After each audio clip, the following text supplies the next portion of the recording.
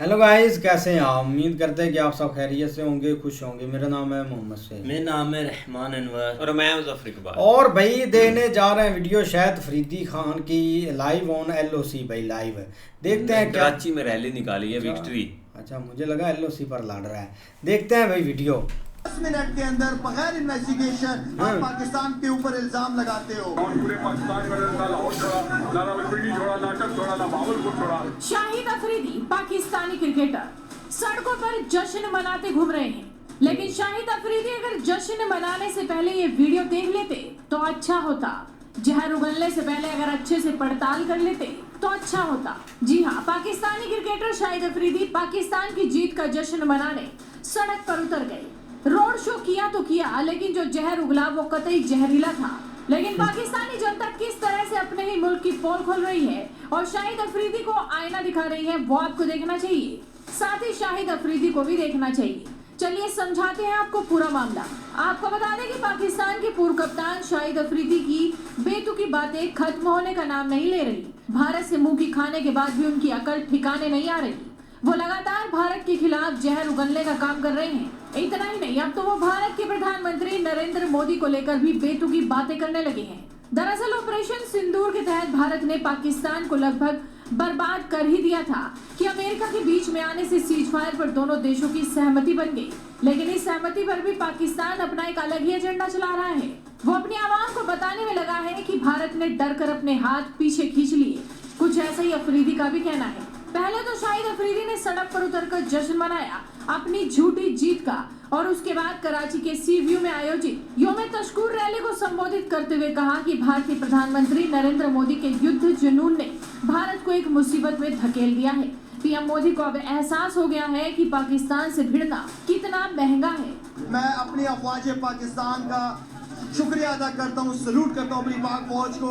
अल्हम्दुलिल्लाह अल्हम्दुलिल्लाह। देखिए, हमारे जो हम सारे मिलके जो निकले हैं वो इसलिए निकले हैं कि हम अमन के लिए निकले हैं। अमन पसंद लोग हैं। हमारा दीन हमें अमन सिखाता है। हमारा मुल्क हम जो दहशतगर्दी के इल्जाम बगैर सबूतों के हम पे लगाते हैं, हम तो कितने अरसे से दहशतगर्दी के खुद शिकार है।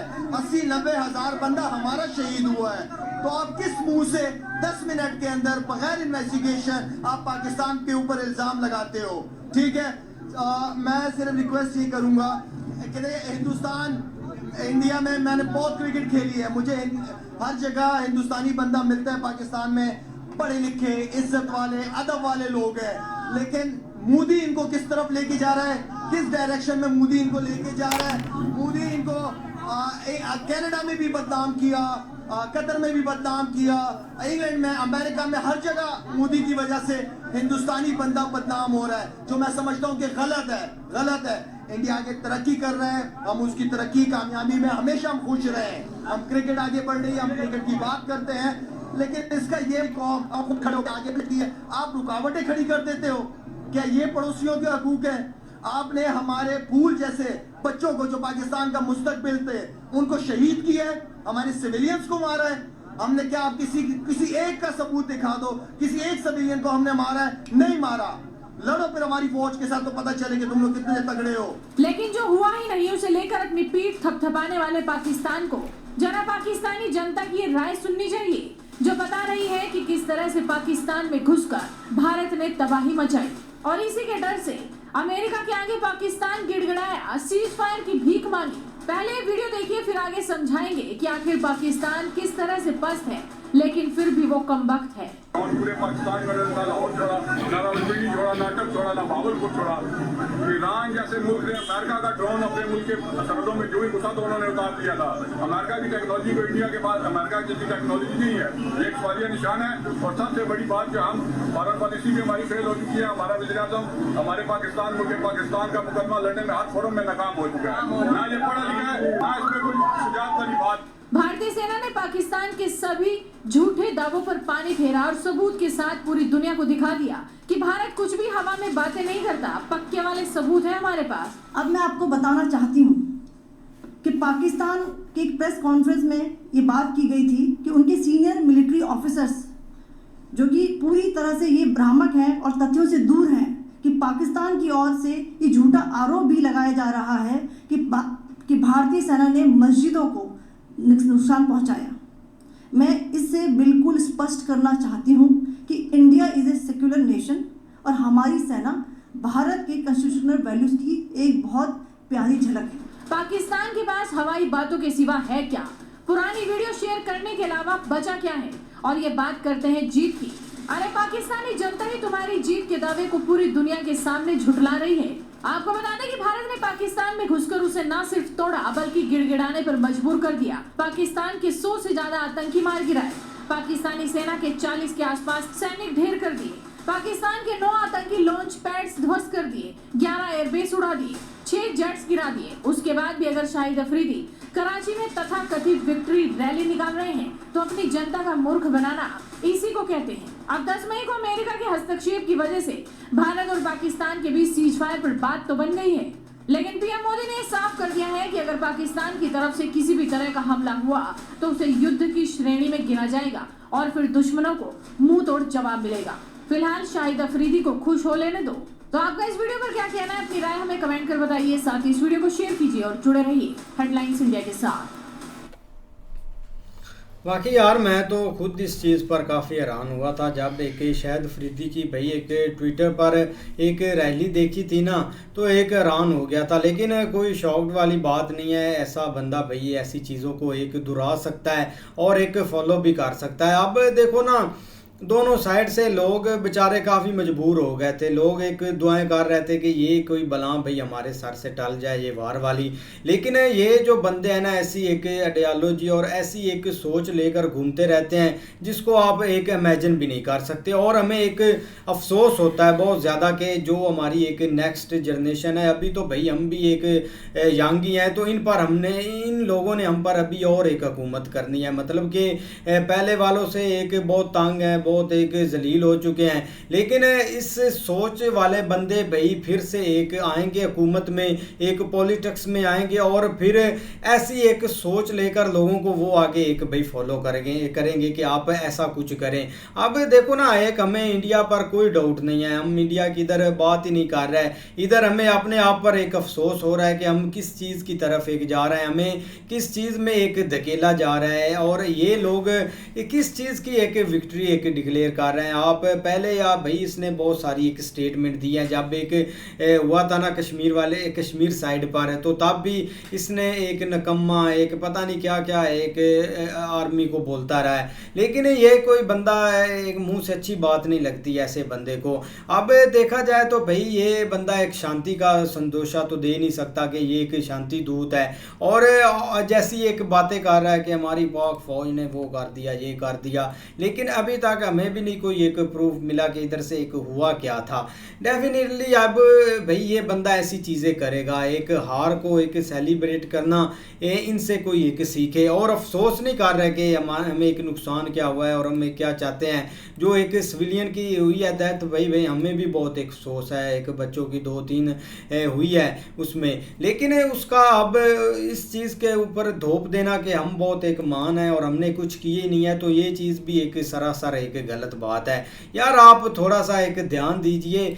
ठीक है, अभी तक चीज़ें थम ही गई हैं, तो आप ही कुछ एक शर्म हया कर लें, लेकिन वो कभी भी नहीं आएगी। बिल्कुल यार, इसने तो पहले ही बैठे बैठे बहुत सारे बयान दे दिए थे। मतलब इंडिया पर के पता नहीं क्या चीज़ें ये कह रहा है। मतलब ये कोई भी नहीं सोच रहा था कि ये अचानक से भाई रैली निकलेगा। और भाई ये एक अकेला नहीं है। कल हमारी इधर सिटी में भाई 4-5 बड़ी बस थी, बड़े डाले थे, बहुत सारे लोग थे ऊपर भाई, उन्होंने लगाए हुए थे ऐसे ही बैनर।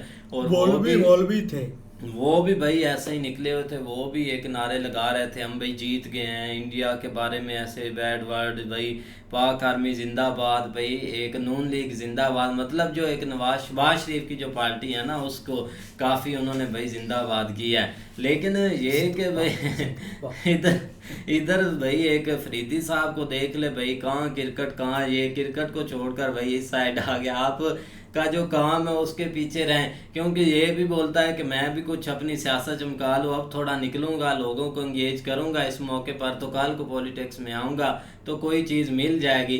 ये भाई एक उल्टा लटक जाए, इसको कोई वोट ना दे, ये कैसा भाई एक बंदा है। अच्छा, वोट ना दे, वोट से इधर रोता कौन है?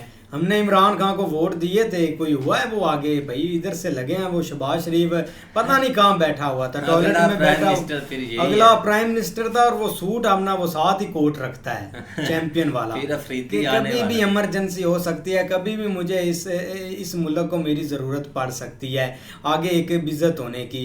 तो वोट वाली कोई बात नहीं, कल परसों आप अगर चाहें तो ये शाहिद अफरीदी को पीएम बना दें, एयर डिफेंस का भाई एक मार्शल आप पूरा एक ऑफिसर बना दें, तो इधर वोट की कोई एक औकात नहीं है। लेकिन अफसोस है हमें खुद पर एक बहुत ज़्यादा कि ये बंदा बहुत आगे जाकर जलील करेगा, और ये ऐसी एक मानसिकता रखता है भाई। नहीं देखो ना कि हमारे जो इस तरह का बंदा है ना, जो मतलब इस हद तक एक्टिविटीज़ कर रहा है, यहाँ तक कि इसको एक केपीके में बहुत बड़ा टास्क दिया है कि वह पख्तून को अपने साथ इंगेज करें, क्योंकि ऑलरेडी वो किसी इमरान खान की पार्टी के साथ काफ़ी ज़्यादा इंगेज हैं। लेकिन साथ ही इसको इस तरह के टारगेट दिए गए हैं कि आपने आप अवामी रैलीज़ में जाना है, आवाम के पास जाना है, लिहाजा आपको थोड़ा बहुत एक आगे जो है ना वो चीज़ें जो है ना वो मतलब चीज़ों में इन्वॉल्व करेंगे। तो ये खुद एक सीवी लेके फिर रहा है, और यही इसकी सबसे बड़ी सीवी है। पहले ये भाई उधर एक बॉर्डर उधर गया था LOC के ऊपर, वहाँ पे इसने इस तरह की बातें की, अब ये रैलियाँ निकाल रहा है।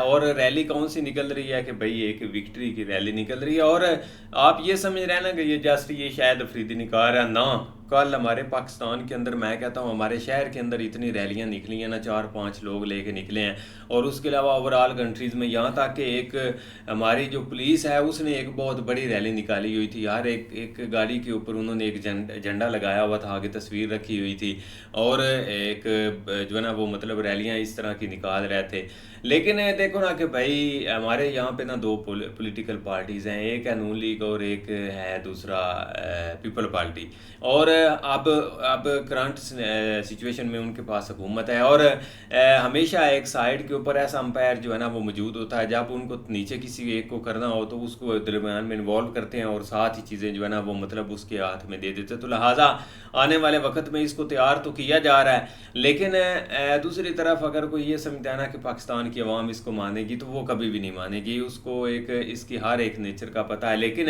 यहाँ पे एक मानने ना मानने का कोई भी फायदा नहीं होता। लिहाजा जो जिसकी सीवी मजबूत हो गई, जो जितने उठाएगा उसको उतनी जल्दी बड़े होते मिलेंगे, तो लिहाजा ये उसी कोशिश में है। शायद मैं भी बानू काल को पीएम, मगर ये भी एक लोग चाहें तो, लेकिन नफरती कीड़े हैं भाई। एक रैलीज वगैरह निकालना और एक झूठी रैलीज निकालना, एक तो भाई इंडिया आया है भाई, घर में एक घुसकर मार गया इनको।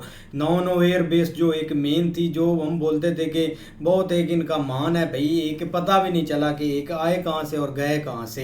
एक air defence, Chinese air defence भाई उसने कुछ भी नहीं किया, बाकी पता नहीं इनके पास है भी या नहीं, ऐसी बातें करते रहते हैं हम खा जाएंगे वो कर देंगे। लेकिन ये एक रियलिटी है भाई, पाकिस्तान डर गया था इंडिया से, और जो हमारे मुझे तो 4-5 दिन मौलवी नहीं को सड़क पर नजर आया, वो भी छुप गए थे पता नहीं कौन सी एक गुफाओं में, कि कोई हम पर ना एक अटैक वगैरह हो जाए। तो ये एक नफरत वही है कि आप एक नफरत को एक ना बेचे, आगे बहुत बड़े आपको एक रिस्पॉन्स मिल जाते हैं। अभी भी चांस है एक भाई सुधरने का, एक संभलने का, अपने आप को एक संभालने का कि हमें किस डायरेक्शन पर जाना है, और जो हमारे लोग हैं इनको एक डायरेक्शन क्या देनी है कि आप इस डायरेक्शन पर एक काम आपने करना, और इससे आपने भटकना नहीं है, नहीं तो आपको हलाक कर देंगे, मार देंगे। लेकिन वो डायरेक्शन नहीं है, हर बंदा एक डायरेक्शन अपनी एक पकड़ कर भाई बैठा हुआ है। अब शायद अफरीदी खान जैसे लोग पता नहीं कैसी एक डायरेक्शन दे रहे हैं लोगों को कि आप इस साइड पर जाएं, लेकिन ये नहीं कि कोई एक एजुकेशन की बात करे, एक बेरोजगारी की बात करे, उस चीज़ पर एक कभी नहीं एक अपने आप को मानेंगे। यार आप दूसरी कंट्रियों को देख लें, इन्होंने क्या उखेड़ा। हाँ तक कि दुबई इस दफ़ा इन्होंने बोला कि हमने एक PS उदल करवानी, उन्होंने बोला निकल भाई इधर से, इधर एक इंटर नहीं होना, तो उन्होंने इनको निकाल दिया। इस चीज़ को ये कभी नहीं मेंशन करेंगे, लेकिन एक मजाक बना हुआ है। एक जंग हमारी जंग है इनके साथ, एक मिडल जो लोग हैं ना उनकी एक जंग है इनके साथ के इनको कैसे एक हटाना है। लेकिन इंडिया ने भैया आकर सारा काम खराब कर दिया। अब मुझे नहीं लगता कि 20-30 साल एक पाक आर्मी का एक नारा जो है उसको एक थमाया जाएगा या बोला जाएगा। अब वही एक चुरन था जो ये बेचते थे कि इंडिया हमें मारेगा, हमें उनसे एक डर लगता है, तो वो वो चीज़ भाई इन्होंने अब विक्ट्री पता है किस चीज़ की डिक्लेयर की गई है? विक्ट्री ये डिक्लेयर की गई कि हमने अपने लोगों को एंगेज कर लिया है, लोग हमारे एक साथ खड़े हुए हैं, लोग एक वीडियोस बना रहे हैं, हमें इतना एक प्यार दे रहे हैं, वो चीज़ की ये एक विक्ट्री डिक्लेयर कर रहे हैं। बाकी इंडिया से जीत वगैरह की कोई चीज़ नहीं डिक्लेयर कर रहा है। लेकिन अच्छी वीडियो थी, देखते हैं नेक्स्ट वीडियो में।